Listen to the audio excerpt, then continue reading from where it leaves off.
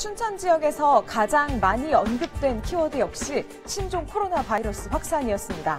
최근 코로나19 확진자가 잇따르면서 관련 보도량도 압도적으로 많았는데요. 빅데이터 분석에서도 코로나 바이러스 보건소를 확인할 수 있습니다.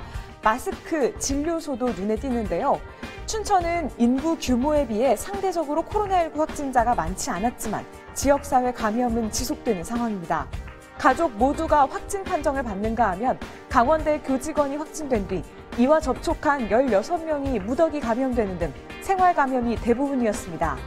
춘천시는 선제적 대응을 위해 지난 3일부터 사회적 거리 두기를 2단계로 강화했습니다. 추가 키워드로는 요양원과 군부대가 보이는데요.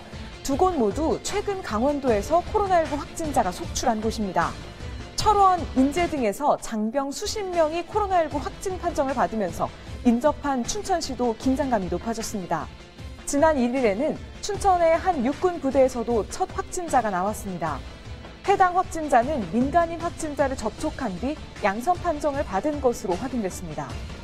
전문가들은 앞으로 1, 2주가 코로나19 방역의 최대 고비가 될 것이라고 보고 있는데요. 코로나19 확산세가 더 이상 이어지지 않도록 사회적 거리 두기 등 방역 수칙 준수에 자발적인 참여가 더욱 중요해 보입니다. 다음 키워드 살펴보겠습니다. 캠프 페이지, 그리고 토양 오염이라는 단어가 보입니다. 부실 정화 의혹에 휩싸였던 춘천 옛 미군 부대 캠프 페이지와 관련된 건데요.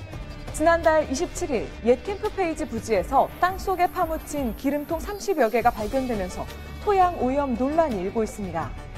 해당 지점은 최초 국방부가 오염되지 않은 곳으로 분류해 정화 작업에서 빠진 장소로 드러나 의혹은 더욱 확산됐습니다. 춘천시는 확인되지 않은 토양 오염이 더 있을 것으로 보고 확인 절차에 나섰는데요. 춘천시로 반환된 옛 미군 부대 부지가 안전하게 시민의 품으로 돌아올 수 있기를 기대해 보겠습니다. 마지막 키워드는 의암호입니다. 지난 8월 집중호우 속에 의암호에서 인공수초선 결박 작업을 하다 선박이 전복되면서 5명이 숨지고 1명이 실종됐던 안타까운 사고 기억하실 텐데요.